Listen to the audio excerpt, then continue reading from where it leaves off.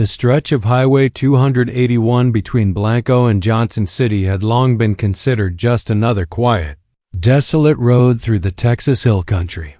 The kind of place where the scrub brush thickens past the fence lines, where ranch gates squeak on rusted hinges, and where the stars stretch overhead like shattered glass. Folks drove that road, everyday commuters, old-timers in rusted trucks, teenagers heading to nowhere, and most didn't think twice. But some did, especially at night. Especially when the wind blew too still or the moon hung low and red in the sky like a warning. People didn't talk much about what happened on that road, but everyone in town knew someone who'd had a moment. A strange flicker of headlights in the rearview mirror that disappeared the second you turned your head.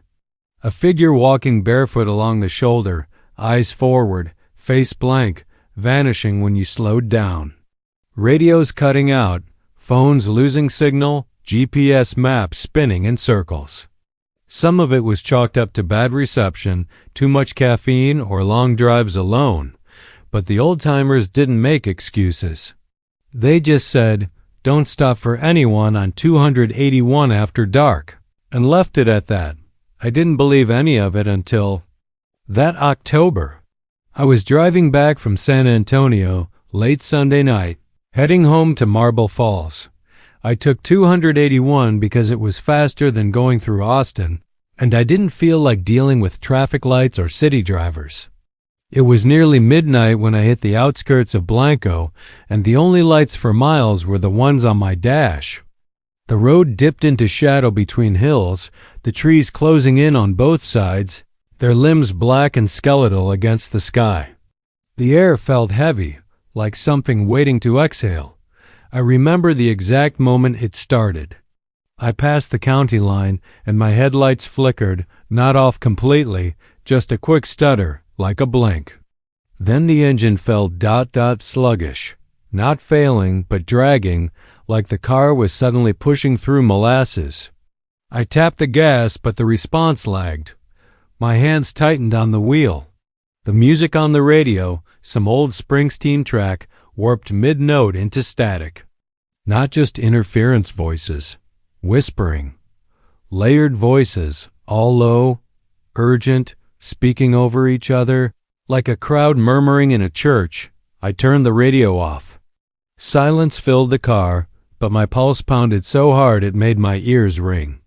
The darkness outside the windshield grew thicker, even though the moon was still full and hanging above the trees.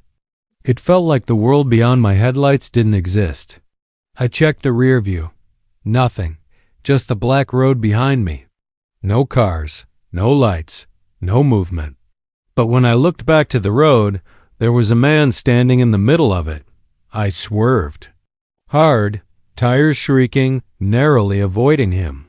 My car slid into the gravel shoulder and came to a jarring stop.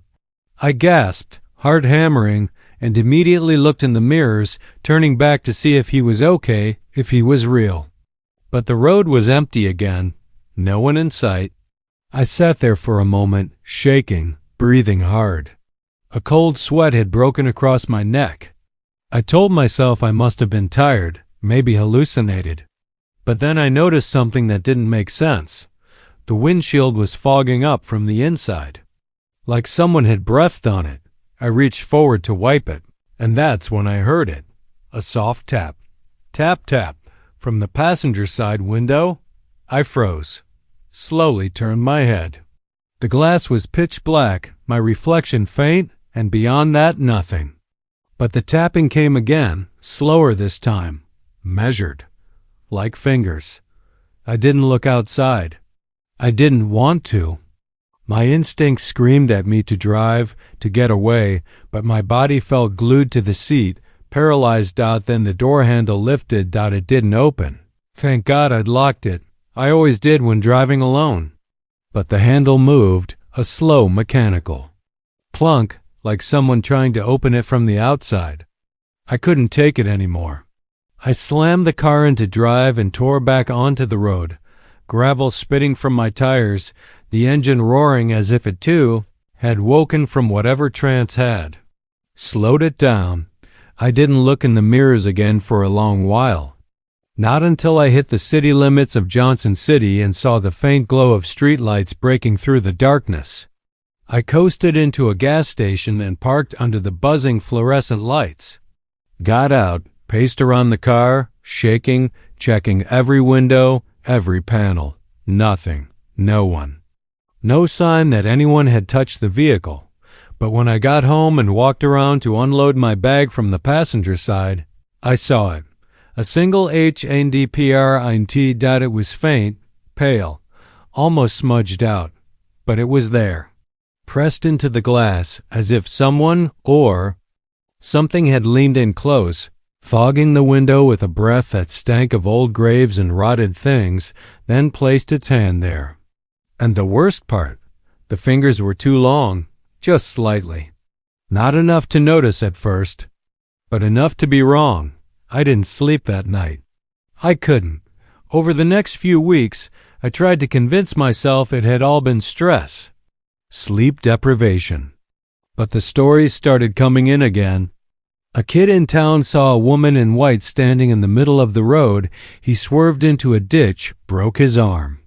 A trucker claimed a little girl ran out in front of him and vanished when he braked. An elderly couple swore something got into their RV while they were parked along the shoulder-left claw marks inside the door. No one stopped driving the highway, but they all changed. They drove faster, kept their windows rolled up, locked their doors before sunset. And the old-timers, the ones who'd always muttered warnings, they started telling a new story, that every so often someone on Highway 281 disappears. Leaves their car running on the side of the road, driver's door open, headlights still on, like they just stepped out to pee and never came back. No one ever finds them. Just the echo of footsteps, a few cracked twigs, and sometimes, just sometimes, a fresh handprint on the window. Too big, too long, too wrong. I haven't taken that road at night since. I don't plan to. Not unless something's chasing me worse than whatever haunts that stretch of Texas blacktop. And if you ever find yourself out there between Blanco and Johnson City, and your headlights flicker or your radio goes quiet, don't stop, don't look, and whatever you do, don't roll down your window.